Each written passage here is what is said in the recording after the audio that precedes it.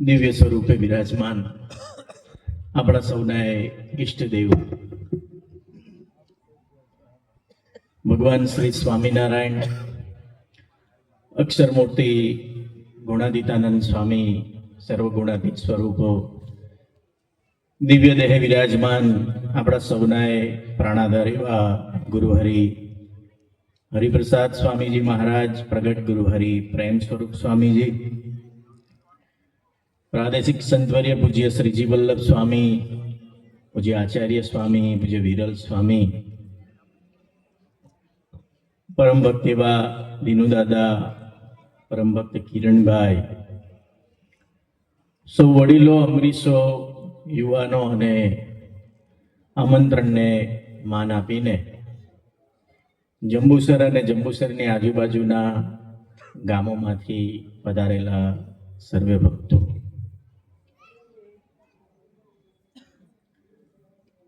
તમારા પ્રદેશનું નામ બહુ સરસ છે, અક્ષર પ્રદેશ. જોકે રામાયણ પણ બધી અક્ષરમાંથી જ ઊભી થઈ હતી. એની બી હમણાં ચર્ચા હમણાં તો કરવા નથી આવ્યા અમે, પણ ગીતાની અંદર એક વાત બહુ સારી લખી છે. જાતસ્ય હિ ધ્રુવો મૃત્યુ જન્મ મૃત્યુ ધ્રુવસ્ય ચ. તમને બધાને તો અમુક જણાને સંસ્કૃતની ખબર ન હોય, પણ શ્રી કૃષ્ણ ભગવાને 5000 વર્ષ પહેલા કુરુક્ષેત્રની અંદર અર્જુનને ઉદ્દેશીને આ શ્લોક લખતા કહ્યું કે જેનો જન્મ છે ને એનું મૃત્યુ નિશ્ચિત છે. જાતસ્ય હિ ધ્રુવો મૃત્યુ જન્મ મૃત્યુ ધ્રુવસ્ય ચ. જન્મ અને મૃત્યુ એ નક્કી છે. એટલા જ માટે આપણો જન્મ થયો ને એટલે આપણે જીવ કહેવાય છે. અવતરણ થાય ને એને અવતાર કહેવાય, અને જેનું પ્રાગટ્ય હોય એને પ્રગટ પુરુષ કહેવાય. એ પ્રાગટ્ય એટલે ભગવાન સ્વામિનારાયણ, અને એના સ્વરૂપ એટલે પ્રેમ સ્વરૂપ સ્વામીજી મહારાજ છે. આપણે પણ દરેક વ્યક્તિ કોઈને કોઈ રીતે અહીંયા જંબુસરમાં લો, વડોદરામાં લો, ગુજરાતમાં લો, ભારતમાં લો, આખા વિશ્વની અંદર લો, તો દરેકને એક જ વસ્તુ છે. જેમ પેલા યક્ષે યુધિષ્ઠિરને પૂછ્યું કે આ બ્રહ્માંડનું, આ વિશ્વનું, આ યુનિવર્સનું આશ્ચર્ય શું છે? આપણે બધાને કોઈ પૂછે કે તમારા માટે આશ્ચર્ય શું? તો કે નરેન્દ્રભાઈ જંબુસર ગામમાં આવે તે અમારા માટે આશ્ચર્ય કહેવાય, કારણ કે આપણે કલ્પના ના કરી હોય. આપણા માટે આશ્ચર્ય શું? તો કે આપણા રાષ્ટ્રપતિ શ્રી દ્રૌપદી મુર્મુ આ જંબુસરની ઘરે આવે તે આશ્ચર્ય કહેવાય ને, એમાં પણ આપણા ઘરે આવે તો વધારે આશ્ચર્ય કહેવાય. પણ યુધિષ્ઠિર એનો જવાબ અલગ રીતે આપ્યો. ને યુધિષ્ઠિરે કહ્યું કે આ ધરતી ઉપર ભારત વર્ષમાં જે જન્મે છે ને એનું મૃત્યુ નિશ્ચિત છે, પણ દરેક જણ જન્મે છે એને એક જ વસ્તુ છે કે હું પરમેનન્ટ અહીંયા રહેવાનો છું ને એવા ભાવથી રહે છે ને એનું આશ્ચર્ય છે. આપણે બધાને એવું જ છે. ખબર છે આપણને,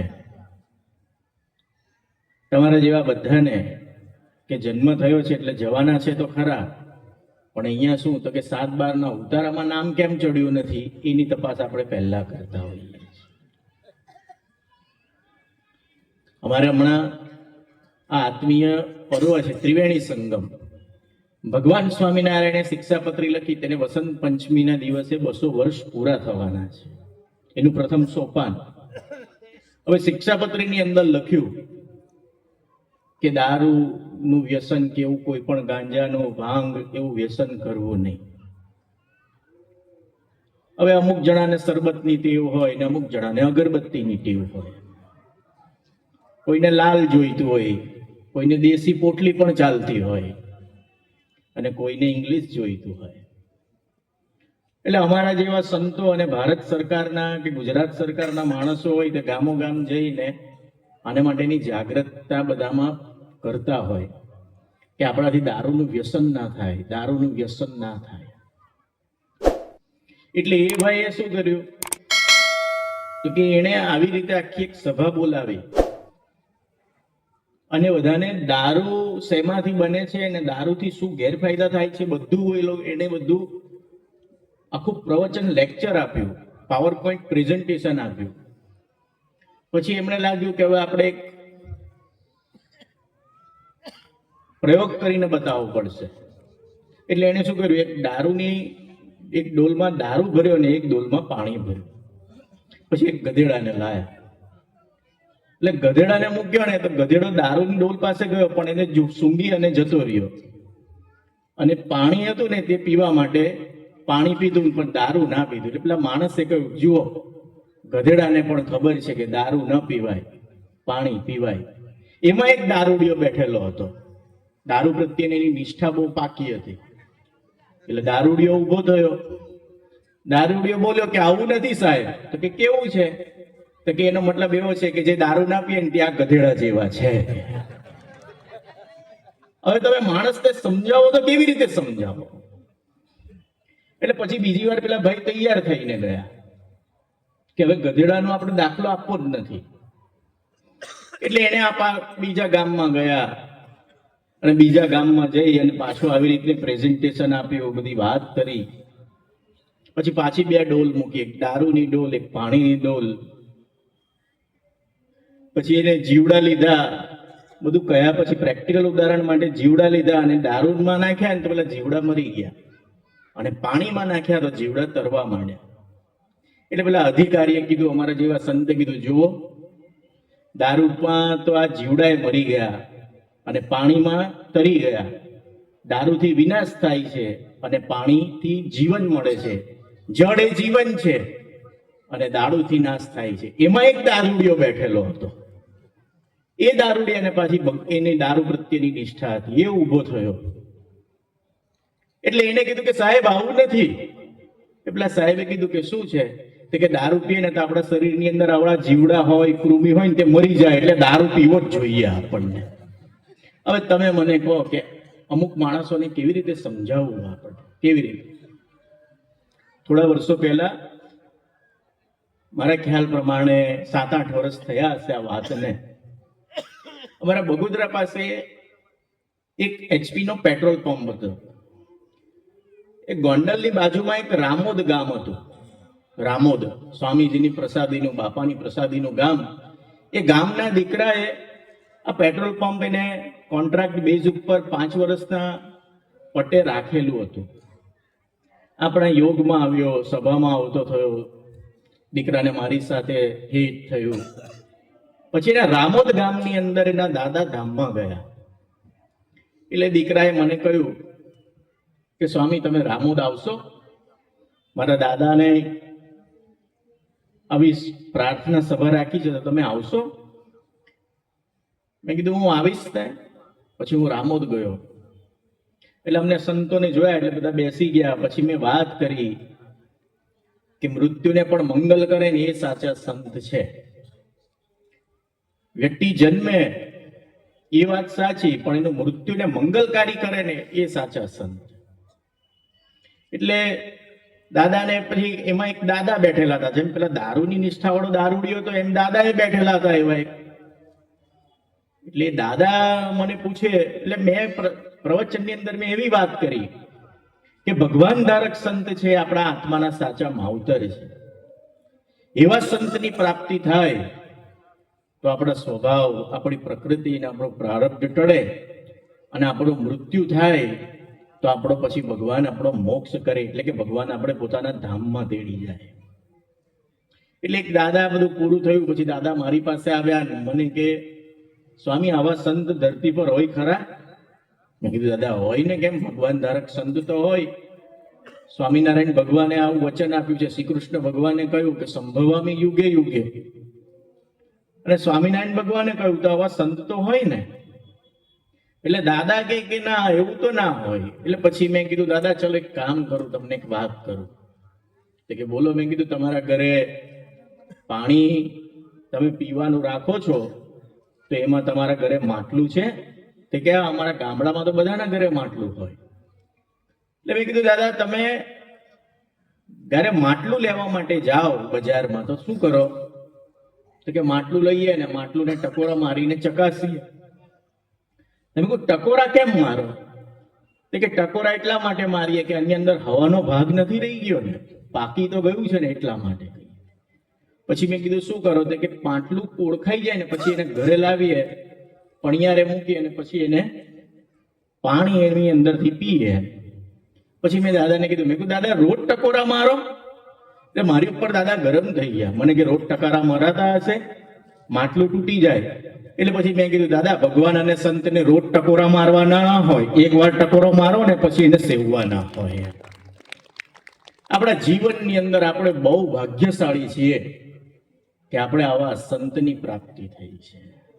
તમે વિચાર કરો કે વાલ્યા લૂંટારોને જો નારદજી ના મળ્યા હોત તો આજે આપણે વાલ્મીકી રામાયણ જે વાલ્મીકી ઋષિએ લખેલું ને એ આપણને મળ્યું ના હોત. જો શ્રી કૃષ્ણ ભગવાનને 5 પાંડવોને શ્રી કૃષ્ણ ભગવાન ના મળ્યા હોત તો આજે દરેક ઘરે છે ને દુર્યોધન હોત અને શ્રી કૃષ્ણ ભગવાનની જગ્યાએ કોઈ કંસની મૂર્તિઓ દરેક પોતાના ઘરે રાખતી હોત. આપણે બહુ ભાગ્યશાળી છીએ. સ્વામીજી કે ગુજરાતની અંદર આપણને જન્મ મળ્યો, એથી વિશેષ સ્વામિનારાયણ ભગવાનના આપણે આશ્રિત થયા, એથી વિશેષ જીવંત પરંપરાની અંદર આપણે બેઠા અને એથી વિશેષ આપણને પ્રેમ સ્વરૂપ સ્વામીજી મહારાજની ગોદ મળીને આપણા જેવા કોઈ ભાગ્યશાળી કોઈ, જેના માટે સ્વામીજી એવું કે એ સંત જેના દર્શન એ સ્વામીજીના દર્શન, જેનું પૂજન એ ભગવાનનું પૂજન, જેના દર્શન એ ભગવાનના દર્શન અને જેનું પૂજન એ ભગવાનનું પૂજન, એવા સંત એટલે પ્રેમ સ્વરૂપ સ્વામીજી મહારાજ છે. ઘણા બધા પ્રસંગો છે પણ હું દરેક જગ્યાએ જાઉં તો એક પ્રસંગ કહું છું. આજે જંબુસરમાં આવ્યો છું એટલે ફરી પાછું એક પ્રસંગ કહું છું. આપણે આત્મીય પર્વ ઉજવીએ છીએ છાણભોઈ. ગુણાતીતાન સ્વામીએ પોતાની વાતમાં એક વાત લખી, આવા જે સંત છે આવા સંત આપણા જીવનમાં કામ શું કરે? તમારા ઘરે શું ભિક્ષા માંગવા આવે? રીંગણ તુવેરનું શાક જમવા આવે? રોટલો જમવા આવે? તમારા આ વિસ્તારની અંદર તુવેર વધારે થતી હોય તો હું કચોરી જમવા માટે આવે? અહીંયા પાપડી ખાવા માટે આવે? ના. આવા સંતના દરેક ચરણે ચરણે એમાં તીર્થ રહેલા હોય. એટલે ગુણાતીતાન સ્વામીએ કે આપણા આર્ષ દ્રષ્ટા પુરુષોએ એવા સંત કવિઓએ લખ્યું કે 68 તીર્થ મારા સંતને ચરણે, કોટી ગંગા કોટી કાશી. તો આપણે કોઈ જગ્યાએ તીર્થયાત્રા કરવા જવાની નથી. જંબુસરથી છાણભોઈ જશો ને તો માની લેજો તમને તીર્થયાત્રા કરો ને એટલું પુણ્ય ભગવાન તમને આપવાના છે. એ આત્મીય કરે, કોઈ સામાન્ય વસ્તુ નથી કહેતો. તમને મહિમાની અતિશયોક્તિ લાગશે. પણ સ્વામીજી જયારે વાસણા ગામમાં બેઠા હતા અને વાસણા ગામની અંદર પેલા હરિભગત ને બધા બેઠા હતા અને કીધું કે ભાઈ પેલા ભગત ક્યાં છે? કે આયા નથી, એના ઘરે હશે. એટલે એક ભગત ઉભો થઈને એવું કે હું એને બોલાવી લઉં એમ કરીને જતા હતા ત્યારે બીજાએ કીધું કે ભાઈ બેસી જા, એ ઘરે નથી, એ તો સીમમાં છે, તને ધક્કો પડશે. ત્યાં સ્વામીજીએ કહ્યું, સ્વામી કે કોઈ ભગતના ઘરે જાઓ પણ એ ભગત ના હોય તો તમને ધક્કો ના કહેવાય. તમે એના ઘરે જાઓ ને તો એ તમારી તીર્થ યાત્રા થઈ કહેવાય. તમે છાણભોઈ જાઓ ને તો તમારી મહાતીર્થ યાત્રા થઈ કહેવાશે. પણ હું તમને આવા સંતની વાત કરું. સંત શું કરે આપણા જીવનની અંદર? સંત આપણને રોડપતિમાંથી લાખપતિ બનાવે, લાખપતિમાંથી કરોડપતિ બનાવે, કરોડપતિમાંથી અબજોપતિ બનાવે. તમને એક વાત કહું, અક્ષર પ્રદેશના અને ખાસ કરીને જંબુસર વાળાને જેટલી સારી ઊંઘ આવતી હશે ને એટલા કરોડપતિ માણસો કે જેના મહેલ જેવા ઘર છે ને એ લોકોને ઊંઘ નહીં આવતી હોય. એનું કારણ એને પોતાના રૂપિયા કેવી રીતે બચાવવા લોકો પાસેથી, ટેક્સ પાસેથી, એની ચિંતામાં છે. તમને એટલા માટે ઊંઘ આવે છે કારણ કે તમારી પાસે ભગવાન સ્વામિનારાયણ અને પ્રેમ સ્વરૂપ સ્વામીજી મહારાજની ગોદ છે ને એટલે તમે શાંતિથી સૂઈ શકો. પણ આવા સંત અહીં બેઠેલી નહીં, જંબુસરની નહીં, વડોદરાની નહીં, ગુજરાતની નહીં, ભારતની નહીં, આખા વિશ્વની અંદર જેટલા પણ વ્યક્તિ હશે, જેટલા પણ જીવ હશે, એમાંથી એક પણ વ્યક્તિ એવી નહીં હોય કે જે એવું કહી શકે કે હું મારા પ્રારબ્ધને, મારી પ્રકૃતિને, મારા સ્વભાવને અને મારા કાળને હું એને વશ કરી શકું અથવા તો હું એને બદલી શકું. કોઈ નહીં. ગુણાતીતાન સ્વામી એક વાત લખી. હું તમને સ્વભાવની વાત કરું. કોઈના ઘરે આપણું પોતાનું ઘર હોય, ઘરમાં કંઈ ના હોય તો આપણને ઘર ખાલી ખાલી લાગે. કહેવાનો મતલબ ઘરમાં કંઈ ના હોય ને તો આપણને અભાવ નડે, અને જ્યારે બધું ભેગું થાય ને ત્યારે એકબીજાના સ્વભાવ નડતા હોય છે. એક ગુણાતીતાન સ્વામીની વાતમાં લખ્યું છે કે એક પરિવાર હતું. એક પરિવારની અંદર એક માજી હતા. માજી આમ સારા, પણ માજીને એક જ સ્વભાવ, શું તો કે ગમે ત્યાં જાય ત્યાંથી એને ઉઠાવવાની ટેવ હોય. આ બેનો શાકભાજી લેવા જાય એટલે શું કરે તો કે શાકભાજી લે, એની ભેગા ભેગા લીંબુ બી લઈ લે, આદુ બી લઈ લે, પેલા ના પાડે તો એ લઈ લે. એ દરેકના પોતાના સ્વભાવ હોય. બેનના પણ પેલા માજીના પણ સ્વભાવ હતા. એટલે પછી ઘરવાળાએ નક્કી કર્યું કે આપણે સારી જગ્યાએ જઈએ અને આ માજી ત્યાંથી કઈ ઉઠાવે તો આપણું ખરાબ દેખાય. એટલે બધાએ નક્કી કર્યું કે અમને કશે લઈ જ નથી જવા, આપણે અહીંયા જ રાખવા. એટલે નથી કહેતા કોઈ વખત આપણને તમને તો કશે લઈ જવા જેવા નથી, એ સમજી જવાનું કે આપણે પણ એમાંના જ છીએ.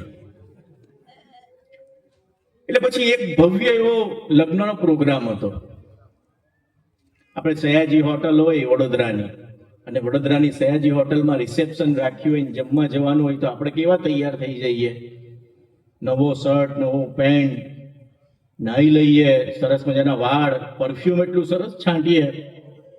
આપણે સુગંધ આવે કે ના આવે, આજુબાજુ વાળા 10-15 જણાને તો આવવી જ જોઈએ આપણને. એટલે માજી પણ તૈયાર થઈ ગયા, ને માજીએ કીધું કે તમે મને પણ લઈ જાઓ. એટલે બધાએ કીધું કે ના, તમારો એવો સ્વભાવ છે ચોરવાનો, ઉઠાવવાનો, એટલે તમને નહીં. માજીએ કીધું કે હું તો હવે મારા જીવનમાં પરિવર્તન આવી ગયું છે, પહેલા જેવું નથી, તમે હવે મને લઈ જાઓ. બહુ કીધું એટલે બધાએ કીધું કે સારું ચાલો. એટલે માજીને તો લઈ ગયા. પણ જમવામાં જ્યારે પંગત પડી એટલે સોનાના પેલા પાણી ચડાવેલા હતા એવી થાળી, ડીશ, વાડકી, ચમચી, કાંટા ચમચી, ગ્લાસ બધું જોયું અને માજીનું મન લલચાઈ ગયું. એટલે એને ચમચી લઈ લીધી, વાડકી લઈ લીધી, બધું લઈ લીધું. પછી જયારે ઘરે જતા હતા ત્યારે ગાડીની અંદર રસ્તામાં પેલા ખાડા ટેકરા આવે ને, એટલે હાથમાં પેલી થેલી હતી ને એ હલે એટલે એની અંદર ખડીંગ ખડીંગ અવાજ આવે. એટલે આજુબાજુ વાળા ગાડીમાં બેઠેલા બધા વિચાર કરે કે અવાજ શેનો છે. એટલે કોઈએ પૂછ્યું માજીને કે તમારી થેલીમાંથી અવાજ આવે તે અવાજ શેનો છે. એટલે માજીએ કીધું કે અવાજ કઈ નથી, આ તો મારા સ્વભાવ ઝળકે છે ને, આ એનો અવાજ છે. એમ આપણા બધાના પોતપોતાના સ્વભાવ છે, દરેકના સ્વભાવ છે. કોઈનો પ્રારબ્ધ છે, કોઈનો કાળ છે. આની પૂર્ણાવતી કોણ કરી શકે તો કે એન્ટેલિયા બાંધો 3000, 4000, 5000 કરોડનું, એ બાંધી નહીં શકે. કોઈ મોટામાં મોટી આ દેશની કે આ દુનિયાની મોટામાં મોટી કોઈ ડિગ્રી લે, ઓક્સફર્ડ છે, હાર્વર્ડ છે, સ્ટેનફર્ડ છે, કેમ્બ્રિજ છે, એવામાંથી કોઈ પીએચડી ની ડિગ્રી લે, કોઈ નોબેલ પારિતોષિક હોય, તો પણ એ કોઈ પણ ડોક્ટર થયો હોય ને તો એ રોગ દૂર કરી શકે, પણ કાળને ઓળંગી ના શકે, પ્રારબ્ધને ના દૂર કરી શકે. ગુણાતીતાન સ્વામી હતા. એક દિવસ એ જુનાગઢમાં પોતાના સભા મંડપમાં બેઠેલા ને એક ભાઈ આવ્યો. એને ગુણાતીતાન સ્વામીએ કહ્યું કે આ હરિકૃષ્ણ મહારાજ પધરાવેલા છે, આ રાધા રમણ દેવ છે, આ સિદ્ધેશ્વર મહાદેવ છે, તું ભજન કર અડધો કલાક. પેલો કે ભાઈ મારાથી અડધો કલાક ભજન ના થાય. એટલે ગુણાતીતાન સ્વામીએ કીધું કે અડધો કલાક ના થાય તો કઈ નહીં, 15 મિનિટ કર. તો કે 15 મિનિટ પણ ના થાય. ગુણાતીતાન સ્વામી કે તારા માટે સ્કીમ, ચલ 5 મિનિટ કર. તો કે 5 મિનિટ પણ મારાથી ભજન નહીં થાય. તો કે હવે તું જા. એના ઘરે ગયો અને આ વરસાદની સિઝન હતી. જમ્યા પછી એ ખાટલા ઉપર સૂતો હશે અને વરસાદની સિઝન એટલે એક વીછી નીકળ્યો અને ખાટલા ઉપર ચડ્યો અને એને ડંખ માર્યો. વીછી તો જતો રહ્યો, પણ એની વીછીની વેદના બહુ થઈ. એને આખી રાતે સૂઈ ન શક્યો. એટલે બીજે દિવસે સવારે એ સીધો ગુણાતીતાન સ્વામી પાસે ગયો અને કીધું કે સ્વામી, મને વીછી કરડ્યો ને મને આખી રાત મારે ઊંઘ ના આવી. ત્યારે ગુણાતીતાન સ્વામીએ કીધું અહીંયા 5 મિનિટ શાંતિથી ભજન કર્યો હોત ને તો આખી રાત તું શાંતિથી સૂઈ શક્યો હોત. મારો કહેવાનો મતલબ આ છે કે આવા સંત એના વચનની અંદર આપણા પ્રારબ્ધની પૂર્ણાહુતિ છે. હરિપ્રસાદ સ્વામીજી અમેરિકાની ધરતી ઉપર હતા.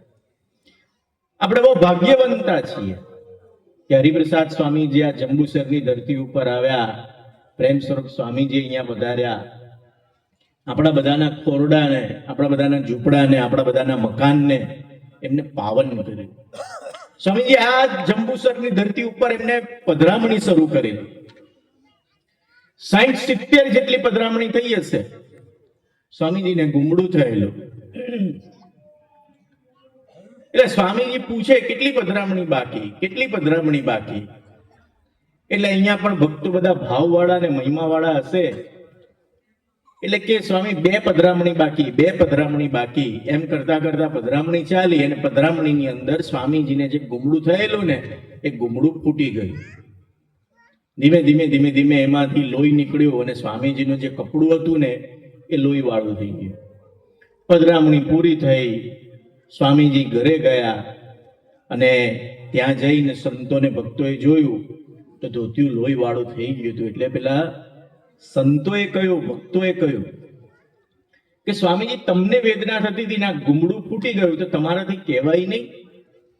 સ્વામીજી ત્યારે એક વાક્ય બોલ્યા, સ્વામી કે મેં તમને જો કહ્યું હોત કે આ ગુમડું ફૂટી ગયું છે તો તમે મને પધરામણી ના કરવા દે. હવે ભક્ત વત્સલ હરિપ્રસાદ સ્વામીજી છે કે જેને પોતાના 50 વર્ષ, પોતાને 60 વર્ષ આ દીક્ષા લીધા, એને પોતાનું સમગ્ર જીવન એક યુવા સમાજ માટે, એક અમૃત સમાજના સર્જન માટે એમને પોતાનું શરીર, પોતાનો સમય અને પોતાનું જીવન એને સમર્પિત કરી દીધું છે. એક યુવાન સ્વામીજી પાસે આવે છે. સ્વામીજી પોતે સેવા લખતા હોય છે અને દીકરો સ્વામીજીને વાત કરતા એવું કહે છે કે સ્વામીજી મારે પણ સેવા લખાવી છે. આવતા વર્ષે શિક્ષાપત્રી દ્વિશતાબ્દી મહોત્સવ આવે છે, ગુરુહરિ સ્વામીશ્રીનું સ્મૃતિ મંદિર છે, એનું પણ આપણે ખાતમુહૂર્ત વિધિ કરવાના. આ બધા સેવાના અવસર છે આપણા માટે. આ સેવાની અંદર જેટલા નિમિત્ત થઈશું આપણને એટલું આપણું ધનનું પ્રારબ્ધ હશે, એટલું આપણું તનનું પ્રારબ્ધ હશે, એટલું આપણું મનનું પ્રારબ્ધ હશે ને એની પૂર્ણાહુતિ થશે. મહાભારતની અંદર કૃષ્ણ ભગવાને જયારે રાજસૂય યજ્ઞ થયો તો તમને બધાને ખબર છે કૃષ્ણ ભગવાનની ડ્યુટી શું હતી? કૃષ્ણ ભગવાનની ડ્યુટી આ સોફા ઉપર બેસવાની નથી, પણ કૃષ્ણ ભગવાનની ડ્યુટી બધા બ્રાહ્મણો અને બધા ભક્તો જે આવેલા એ જમી લે ને પછી પતરાવડા ઉપાડવાની ડ્યુટી કૃષ્ણ ભગવાને કરે. તમે વિચારો, સ્વામીજી એટલા માટે આપણને સૂત્ર આપ્યું, દાસના દાસ થઈને વળી જે રહેશે સત્સંગમાં, ભક્તિ એની ભલી માનીશ, રાચીશ એના રંગમાં. સ્વામીજીને દીકરો કહે છે કે સ્વામીજી આખા મારે પણ તમારી સેવા કરવી છે. હું શું સેવા કરું? મારે પણ તમને રાજી કરવા છે. એટલે હરિપ્રસાદ સ્વામીજી એમને કહે છે એ દીકરાને, સ્વામી કે આ ન્યુઝીલેન્ડની સમૃદ્ધિ ભેગી કરે ને, આ સમૃદ્ધિ ભેગી કરીને તું મને આપે ને તો એ સાધુ હરિપ્રસાદ રાજી ના થાય, હું રાજી ના થાઉં. પણ તું આજે પ્રથમ 16-18 પ્રમાણે જીવવાનો સંકલ્પ કરે ને તો સાધુ હરિપ્રસાદ તારી ઉપર રાજી થઈ જાય. આવા સંત આપણી ઉપર રાજી થઈ જાય પછી આપણા કોઈ પ્રકારના પ્રારબ્ધ આપણે ભોગવવાના રહે ને. હમણાં જ આમોદની અંદર મારી સભા હતી ને સભાની અંદર મેં એક પ્રસંગ કરેલો. મેં કાળની વાત કરી હતી. ત્યાં કાળ કોઈને છેતરી ના શકે. હા, ગમે તેવો મોટો વ્યક્તિ હોય, ગમે તેવો રૂપિયા વાળો હોય, જયારે અંત અવસ્થા આવે ત્યારે યમના દૂતો લેવા આવ્યા હોય ત્યારે એવું ના કહી શકે કે એટેચી આપું છું, તું રાખ, મને અડધો કલાક વધારે હાલ. પેલો કે તારી એટેચી બાજુ પર રાખ, અમારો સમય, તારો સમય પૂરો થઈ ગયો. એક ભાઈ હતા, હમણાં તો શું હોય, અમે કોકના ઘરે જઈએ એટલે અમે કહીએ કે તમે ફોન કેમ ઉપાડતા નથી? આટલો બધો તમને ફોન કરે છે ને. એટલે કે આ મારો દીકરો છે ને એને મારો ફોન બગાડી નાખ્યો એટલે ઉપાડતા નથી. 6 મહિના પછી અમે જઈએ તો કે ફોન કેમ ઉપાડતા નથી? તો કે તમે વાત જ જવા દો ને, આ મોબાઈલ. તો કે શું થયું? તો કે આ મોબાઈલે મારો દીકરો બગાડી નાખ્યો. પહેલા દીકરાએ મોબાઈલ બગાડ્યો, 6 મહિના પછી મોબાઈલે એના દીકરાને બગાડી નાખ્યો. હું તમને વાત કરતો તો કાળની, મારે એ વાત કરવી છે. આપણા વેદની અંદર એક પ્રસંગ આવે છે, એકદમ સાચો પ્રસંગ છે, આજે તમને કહું.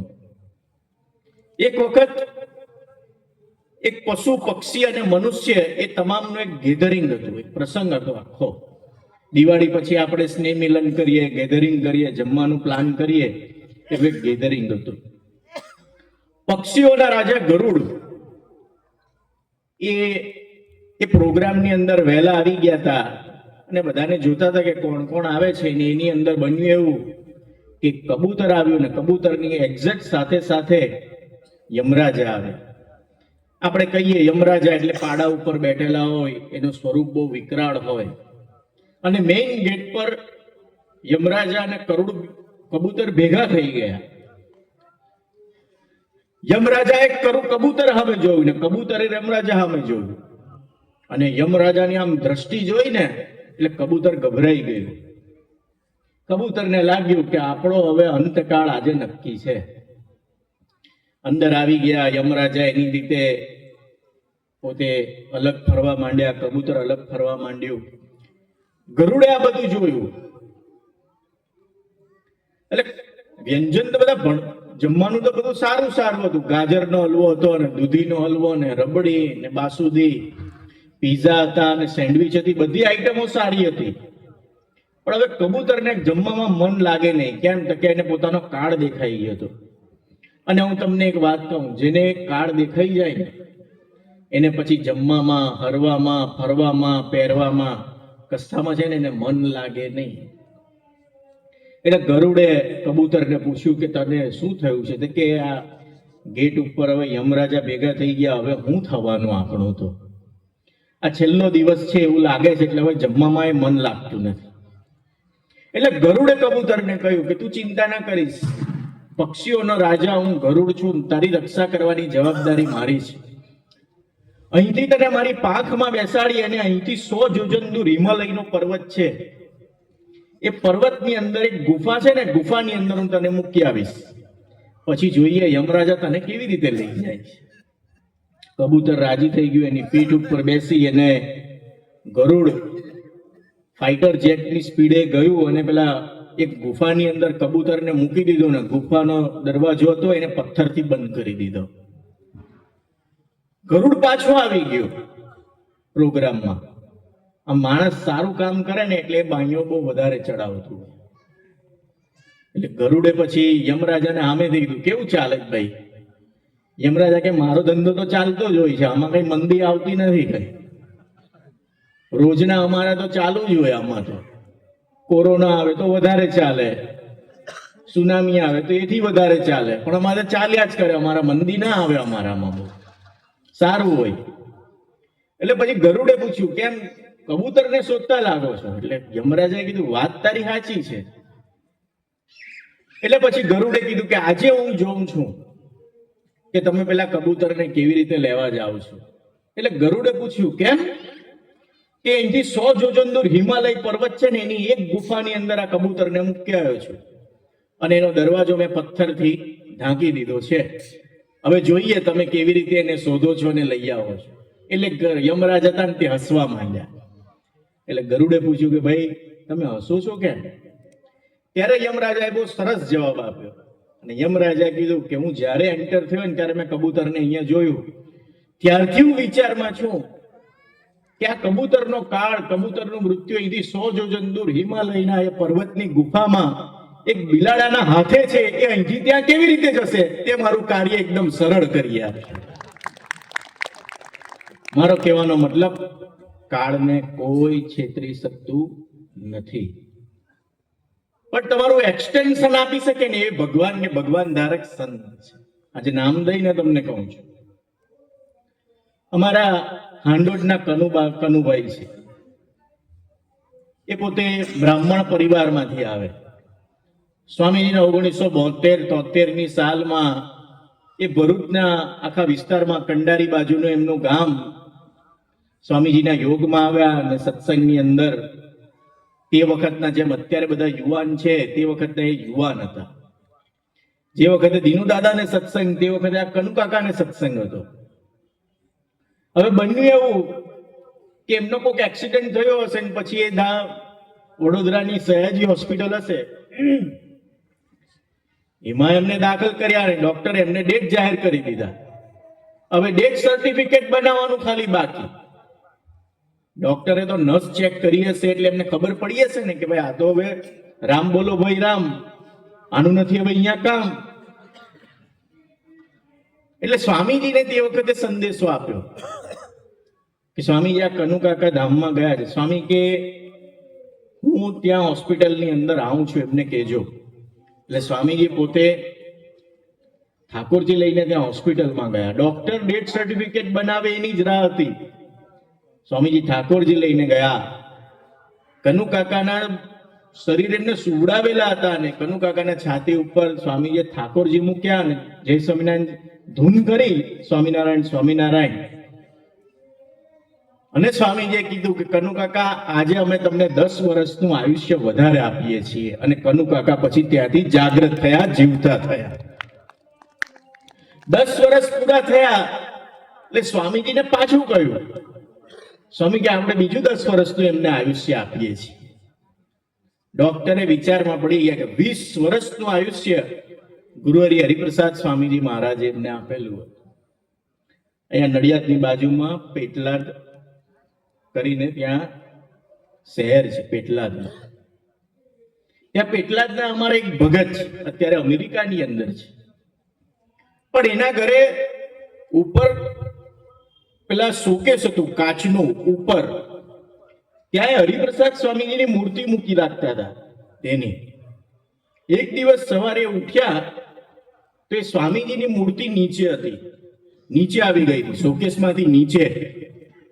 અને એમના ઘરની અંદર ઘરના મુખ્ય દરવાજામાંથી આખા કંકુના પગલા હતા. સ્વામીજીની સાઈઝના બધા કંકુના પગલા હતા. સવારે ઉઠ્યા અને એને બધું જોયું.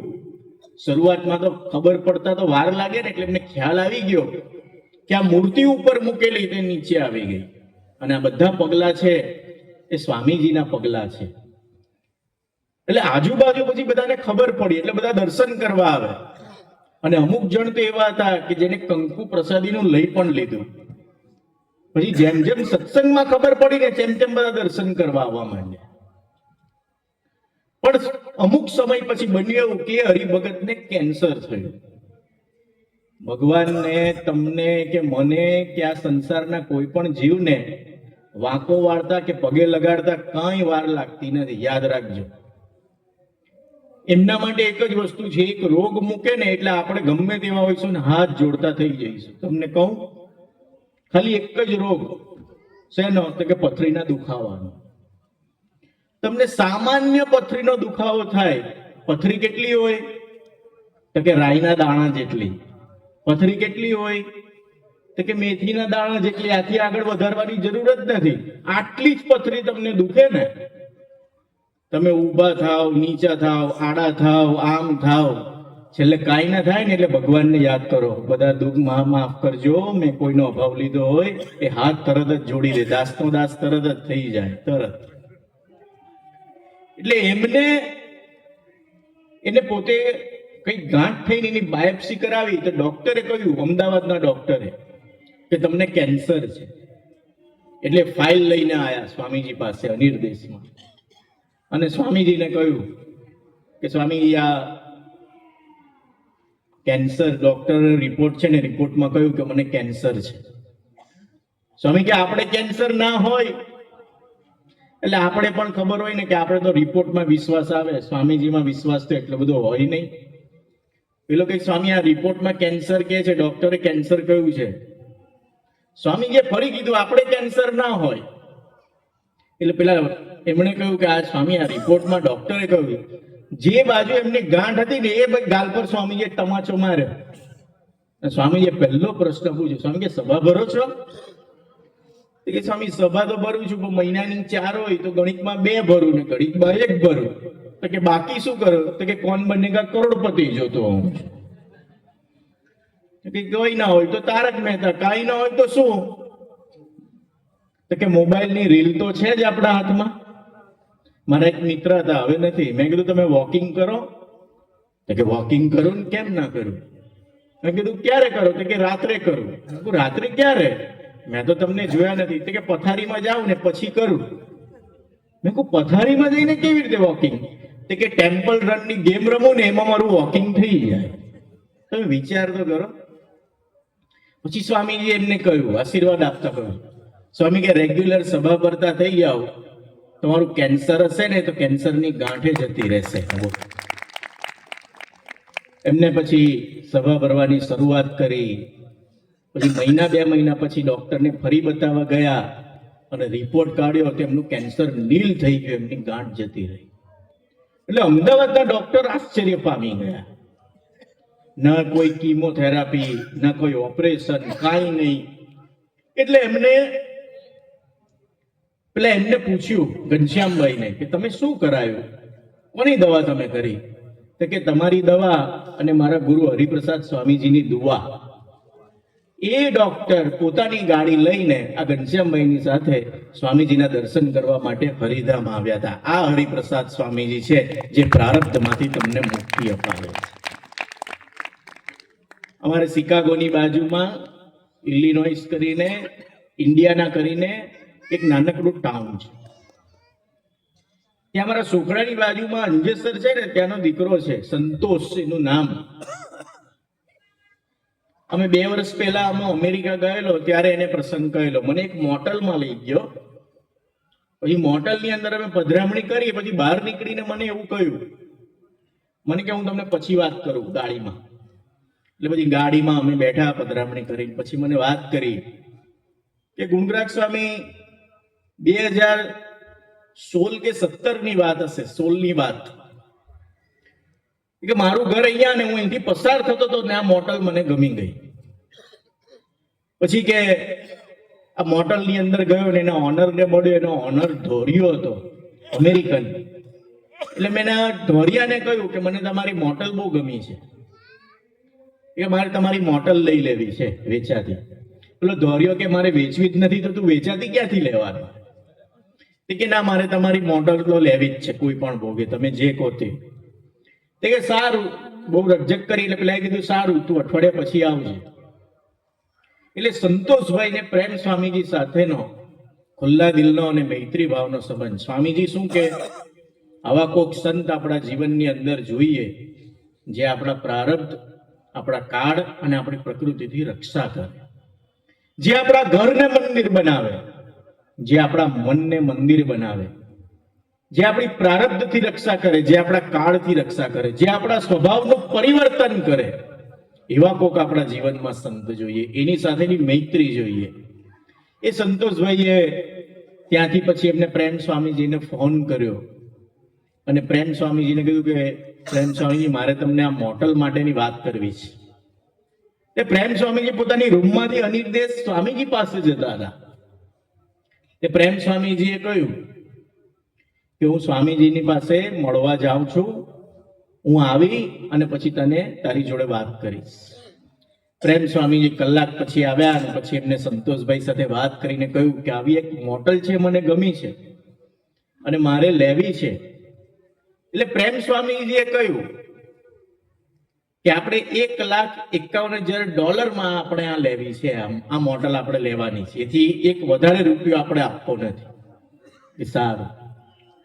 પછી પેલા ઓનરની જોડે ભાવતાલ કરવા માટે, સેટ કરવા માટે બેઠા. એટલે પેલા ઓનરે કીધું કે ભાઈ મારો ભાવ છે $2,25,000, એની વેચવાની ઈચ્છા નહીં, સંતોષભાઈને લેવાની ઈચ્છા.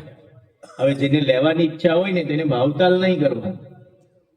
પણ સંતોષભાઈ કીધું કે આ ભાવ તો બહુ વધારે છે, કે તમે ઓછો કરો. પેલો ઓછો કરતા કરતા કરતા 2 લાખ પર આવ્યો, 2 લાખ, 1,80,000 પર આવ્યો, 1,75,000 પર આવ્યો. સંતોષભાઈ કે આ તો વધારે કહેવાય મારા માટે, તમારી મોટલ તો જુઓ. પેલો કે મારે વેચવી નથી, તારે લેવાની છે, તું મારો ભાવતાલ કરે મારી જોડે. પેલો કે ઓછું કરો. છેલ્લે કરતા કરતા 1,65,000 પર આવી ગયા. એટલે સંતોષભાઈ કીધું કે જુઓ, મારા ઇન્ડિયાની અંદર મારા જે ગુરુ છે ને, એ ગુરુએ મને કહ્યું કે $1,51,000 લેવાની છે તારે મોટેલ, એથી વધારે આપવાના નથી. પેલો કે ના 1,65,000 થી હું વધારે ના આપું. એટલે સંતોષભાઈ ઊભા થઈ ગયા, મારે લેવી છે તો 1,51,000 મારે નથી કરવી. અને ઊભા થઈ ગયા ને ત્યાં પેલાને અંદરથી હું અંતરદ્રષ્ટિ થઈ, પેલા કીધું કે હારું, તમને 1,51,000 આ મોટલ તમને આપી દીધી, જાઓ. હવે વિચારો, પણ પ્રસંગ હવે આગળ આવે છે. પછી સંતોષભાઈ કે બીજે વર્ષે પ્રેમ સ્વામી જયારે અહીંયા આવ્યા ને ત્યારે આ મોટલમાં હું એમને લઈ ગયો. $1,00,000 આખું ખર્ચ કરીને મેં રેનોવેશન કર્યું. અને પ્રેમ સ્વામીજીની પધરામણી કરીને પ્રેમ સ્વામીજીએ ધૂન કરી, અને ધૂન કરીને મને કીધું કે સંતોષ, ભગવાન સ્વામિનારાયણ અને હરિપ્રસાદ સ્વામીજી મને એવી પ્રેરણા કરે છે કે આ એક મોટલમાંથી તું દર વર્ષે એક નવી મોટલ બનાવશે ને, એટલું ભગવાન તને આ મોટલમાંથી આપવાના છે. બોલો. અને જયારે મેં 2024માં એને ત્યાં ગયા ત્યારે એના મોઢેથી આ પ્રસંગ કીધો. એને મને કહ્યું કે ગુણરાજ સ્વામી, આ 2016 અને 2024 આ મોટલમાંથી મેં બીજી 8 મોટેલ આ મોટેલની અંદર બનાવી. આ પ્રેમ સ્વરૂપ સ્વામીજી મહારાજના આશીર્વાદ. મારો કહેવાનો મતલબ એટલો જ છે કે આપણે બજારમાં જઈએ તો દરેક વસ્તુનો ભાવતાલ કરીએ છીએ. આપણે કોઈ વસ્તુ ખરીદવા જઈએ, બૂટ ખરીદવા જઈએ તો પણ એને વ્યવસ્થિત ચેક કરીએ. કપડા ખરીદવા જઈએ તો એને બરાબર ચેક કરીએ. ઘરેણા ખરીદવા જઈએ તો ચેક કરીએ કે આપણે છેતરાતા તો નથી ને. એવી રીતે ભગવાન અને સંત છે, એક વખત એને ચેક કરી લીધા પછી એને સેવન કરવાનું. છેલ્લો એક પ્રસંગ કહું તમને. સ્વામીજી વર્ષો પહેલા હરિધામ, જ્યારે જૂના અનુદેશની અંદર સ્વામીજીનો નિવાસ સ્થાન હતો, એક ફાધર હતા અને એને એક દીકરો હતો. ફાધર અમરીશ હતા, નિષ્ઠાવાન હતા. અને એમનો દીકરો એને અમેરિકાના કોન્સ્યુલેટની અંદર એમને ઇન્ટરવ્યુ હતો, અમેરિકાના વિઝાનો. અને અમેરિકાના વિઝા માટે તો કેવું કે 50-50% હોય.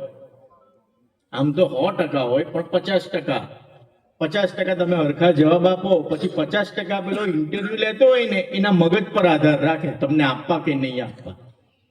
એવું હોય પાછું. તમે ગમે 100 કરોડના આસામી, અમારા ભાવનગરના એક અમારા બાવળા બાજુના એક દાદા હતા, એની પાસે 100 કરોડની જમીનો હતી. એ બધા પેપર્સ લઈને ગયેલા, વ્હાઈટ એન્ડ વ્હાઈટ કપડા એના. એ વિઝા લેવા ગયા ને પેલા વિઝા ના આપ્યા. પેલા દાદાએ સામે એને ગાળ દઈને કહ્યું કે તારું અમેરિકા તારી પાસે રાખ, મારે હવે જોવું બી નથી. બહાર નીકળીને મને મળ્યા, મને કે મારો 100 કરોડ રૂપિયાની પ્રોપર્ટી ને આ લોકો એવું કે તું ત્યાં રહી ગયા તો કે અમેરિકામાં હું દાટેલું છે કે હું મારા 100 કરોડ છોડીને અમેરિકા રહેવાનો હતો. એ કે મને વિઝા ના આપ્યા. અને અમારા રાજકોટના એક બેન હતા, એ બેન વિઝા લેવા ગયા. તે બેનને પૂછ્યું કે તમારી જન્મ તારીખ શું? તો બેન કે મને યાદ નથી, તમે પાસપોર્ટમાં જ જોઈ લો ને. આવું કે ને એટલે પેલો પાછો પાસપોર્ટ જ આપી લે, લો તમે યાદ કરીને આવજો. તેને 2-3 પ્રશ્ન પૂછ્યા, પેલા બેનને આવડે નહીં. પછી છેલ્લે પેલા એવો પ્રશ્ન પૂછ્યો કે તમારે અમેરિકા શું કામ જવું છે? તે કે અમારા ગુરુ હરિપ્રસાદ સ્વામીજી મંદિરની પ્રતિષ્ઠા કરે છે ને, એની અંદર સેવા કરવા જેવું છે. પેલા ભાઈએ કીધું કે લો તમને વિઝા મળી ગયા, કોંગ્રેચ્યુલેશન, જાઓ. બોલો. આવી રીતે તમે અહીંયા સેવા કરો ને તો તમારા અક્ષરધામના વિઝા પરમેનન્ટ થઈ જાય. એ આત્મીય પર્વ છે. પણ હું તમને પ્રસંગ કહેતો હતો પેલા દીકરાનો. એ સ્વામીજી પાસે આશીર્વાદ લેવા આવ્યો. એને શું હતું, સાંજે 7 વાગ્યાની એક ટ્રેન છે, લગભગ 6 વાગ્યાની એક ટ્રેન હતી. 6 વાગ્યાની ટ્રેનમાં એને બોમ્બે જવાનું હતું. બીજે દિવસે સવારે એને કોન્સ્યુલેટની અંદર વિઝા લેવા જવાનું હતું. અત્યારે એપોઇન્ટમેન્ટ સિસ્ટમ છે, તે વખતે એપોઇન્ટમેન્ટ સિસ્ટમ નથી. જે લાઈનમાં નંબર આવે એ પહેલો, એવી રીતની સિસ્ટમ હતી. એ સવારની પોરમાં હરિધામ પહોંચી ગયા. સ્વામીજીના દર્શન આશીર્વાદ લેવાનો એમનો સંકલ્પ હતો. સ્વામીજી પાસે ગયા. એ સ્વામીજીએ પહેલો પ્રશ્ન પૂછ્યો, ઠાકોરજીના દર્શન કરીને આવ્યા? એટલે ફાધર કે ના, સ્વામી કે જાઓ ઠાકોરજીના દર્શન કરીને આવો, પછી હું તમને મળું. એટલે દર્શન કરવા ગયા. મનમાં તલપ તો હોય ને કે ક્યારે આશીર્વાદ મળી જાય, ક્યારે આશીર્વાદ મળી જાય, ક્યારે મળી જાય. અને આપણે પણ કેનેડાની ફાઇલ મૂકવાની હોય, કોઈ બીજી ફાઇલ મૂકવાની હોય, કોઈ ખેતર હોય, તો આપણા મનમાં એ હોય કે આવા સંતના આશીર્વાદ મળી જાય તો સારું. એ દર્શન કરીને આવ્યા એટલે સ્વામીજીએ એમને એવું કહ્યું કે તમે પ્રદક્ષિણા કરી? તો કે ના. સ્વામી કે જાઓ ડેરીએ અડધો કલાક પ્રદક્ષિણા ફરી કરીને આવો. એટલે પ્રદક્ષિણા કરીને આવ્યા. એટલે સ્વામીજી કે હું થાળ કરી લઉં, થાળ કર્યા પછી તમને મળું. બોલે એમનો દીકરો હતો ને એ ઊંચો નીચો થાય. આ સ્વામીજી જલ્દી મળે તો સારું, ઘરે જઈને સામાન તો પેક થાય. સ્વામીજી મળે નહીં. સ્વામીજી થાળ કરીને બહાર નીકળ્યા. પેલા લોકોને મનમાં એમ જ હતું કે સ્વામીજી થાળ કરીને અમને મળશે, પણ સામે બેઠેલા એ સ્વામીજી બધાને મળે એમને જ ના મળે. એ બધાને મળ્યા પછી સ્વામીજી પેલા લોકોને કંઈક કામ કરો, હું બપોરે ઉઠું ને પછી હું તમને મળીશ. સવારના 9-10 વાગ્યાના આવેલા, 1 વાગે નંબર, 2 વાગે નંબર ના લાગ્યો. એટલે દેરીએ બેઠા, ભજન કર્યું. સ્વામીજી 4:30 વાગે, 5 વાગે ઉઠ્યા. એટલે સ્વામીજી કે હું મળું છું એમ કરી અને 5:45 વાગે સ્વામીજી એમને મળ્યા. 5:45 વાગે. એટલે પેલા ને એમ કે 2 મિનિટમાં પતી જતું હશે, હું તરત નીકળી જઈશ. પણ સ્વામીજી બેઠા 6:30 વાગ્યા સુધી બેઠા. બોલો, પેલાની 6 વાગ્યાની ટ્રેન, 6:30 વાગ્યા સુધી બેઠા. એટલે પેલા દીકરો ફાધર ને કે, એટલે ફાધરે કીધું ચિંતા ના કરીશ, ટ્રેનની ચિંતા ના કરીશ, એવું હશે ને તો હું તને પ્લેનમાં મોકલી દઈશ, ચિંતા ના કરતો. પછી તો 6:30 વાગે સ્વામીજી આશીર્વાદ આપીને કીધું ચિંતા ના કરીશ, તને વિઝા મળશે. અને 6:30 વાગે છૂટા કરીને કીધું સ્વામી કે હવે તું જા. અને બહાર નીકળીને એના ફાધરે કીધું કે હવે તું જા. એટલે દીકરાએ કીધું કે 6 વાગ્યાની ટ્રેન નથી, 6:30 વાગે જઈને હવે શું કરીશ? કે જા તો ખરો. એટલે પેલો રેલવે સ્ટેશને ગયો, વડોદરાના રેલવે સ્ટેશને. એટલે એની જે ટ્રેન હતી ને એ ટ્રેન લેટ થઈ હતી. એટલે જેવો એ પ્લેટફોર્મ પર પહોંચ્યો ને એવી એ ટ્રેન પેલી પ્લેટફોર્મ પર આવી ગઈ. બોલો, એ પ્લેટફોર્મ પર એ ટ્રેનમાં બેસીને પછી બોમ્બે આવ્યો. સ્વામીજીના આશીર્વાદથી એને વિઝા મળ્યા. પછી એ અમેરિકા આવ્યો. અમેરિકામાં 3-4 વર્ષે રહ્યો. અમેરિકાની હવા લાગી ગઈ થોડી એને. એટલે પહેલા સિંગલ હતો, સિંગલમાંથી વી થયો, વીમાંથી યુ થયો, યુમાંથી ડબલ યુ જેવો થઈ ગયો, ટ્રિપલ એક્સેલ સાઇઝ થઈ ગઈ એની. એટલે 4 વર્ષ પછી એક શિબિર હતી ને, શિબિરની અંદર એ શિબિર ભરવા આવ્યો. એટલે શિબિરનું સેશન પૂરું થયું ને બધા સ્વામીજીના આશીર્વાદ લેવા માટે આવ્યા. સૌથી છેલ્લો એનો નંબર હતો. અને છેલ્લે આવ્યો ત્યારે સ્વામીજી એને સામેથી પ્રશ્ન પૂછ્યો કે સ્વામીજી મને ઓળખ્યો? સ્વામીજી એને હામો જવાબ આપતા કહ્યું, પેલી ટ્રેન પ્લેટફોર્મ પર ટાઈમ પર આવી ગયેલી ને, આ હરિપ્રસાદ સ્વામીજી છે. મારો કહેવાનો મતલબ, ગુણાતીતાન સ્વામીએ કહ્યું કે વડોદરાનો ચાંદલો આવે તો આપણે કેટલો હરખ હોય. આજે તો આપણને પુરુષોત્તમ નારાયણનો ચાંદલો આવ્યો છે. આત્મીય પર્વ એટલે પુરુષોત્તમ નારાયણનો આપણા માટેનો ચાંદલો છે. આજના શુભ અને મંગલકારી દિવસ ગુરુહરિ પ્રેમ સ્વરૂપ સ્વામીજી મહારાજનો પ્રાગટ્ય ઉત્સવ ઉજવવાની આપણને તક મળી, એમાં સેવા કરવાની તક મળી. આપણા જેવા કોઈ ભાગ્યશાળી નથી. શિક્ષાપત્રી દ્વિશતાબ્દીનું પ્રથમ સોપાન ઉજવવાની તક મળી. ગુરુહરિ સ્વામી શ્રીને પ્રગટ ગુરુહરિ પ્રેમ સ્વામીજીના દીક્ષાને 60 વર્ષ પૂરા થઈ રહ્યા છે. એનો હીરક મહોત્સવ ઉજવવાની તક મળી. આપણા જેવા કોઈ ભાગ્યશાળી. પ્રસંગ તો એટલા બધા છે, કેવા જઈએ, કયો કહીએ ને કયો ના કહીએ. પણ એટલી જ પ્રાર્થના કરવી છે ઠાકોરજીના ચરણોમાં, ગુરુહરિ સ્વામી શ્રી પ્રગટ ગુરુહરિ પ્રેમ સ્વરૂપ સ્વામીજીના શ્રી ચરણોમાં, કે ભગવાન અને સંતનો દ્રઢ આશરો આપણા જીવનની અંદર હોવો જોઈએ. સ્વામીજી કહેતા, તમે ગમે તે ઈષ્ટદેવને માનો, આપણા જીવનમાં સંત જોઈએ અને જોઈએ. ત્યારે આજના શુભ અને મંગલકારી દિવસે આત્મીય પર્વ નિમિત્તે જંબુસર નગરની અંદર સૌ ભક્તોએ ભેગા મળી અને નગર યાત્રા કરી અને બધાને આત્મીય આમંત્રણ આપ્યું. અને આજે આ આપણે સૌ ભેગા મળી અને ઠાકોરજીના ચરણોમાં પ્રાર્થના કરીએ કે આવતા શનિવારે એવો મહામંગલ મહોત્સવ છે, ત્રિવેણી મંગલ ઉત્સવ છે, ત્રિવેણી ઉત્સવ છે, ત્યારે શ્રી ઠાકોરજી અને ગુરુહરિ સ્વામી શ્રી પ્રગટ ગુરુહરિ પ્રેમ સ્વામીજી આપ સૌને મિત્ર મંડળ અને પરિવાર સાથે પધારવા માટેની તમામ સાનુકૂળતા કરી આપે, એ જ અંતરની પ્રાર્થના. સજાનંદ સ્વામી મહારાજની જય.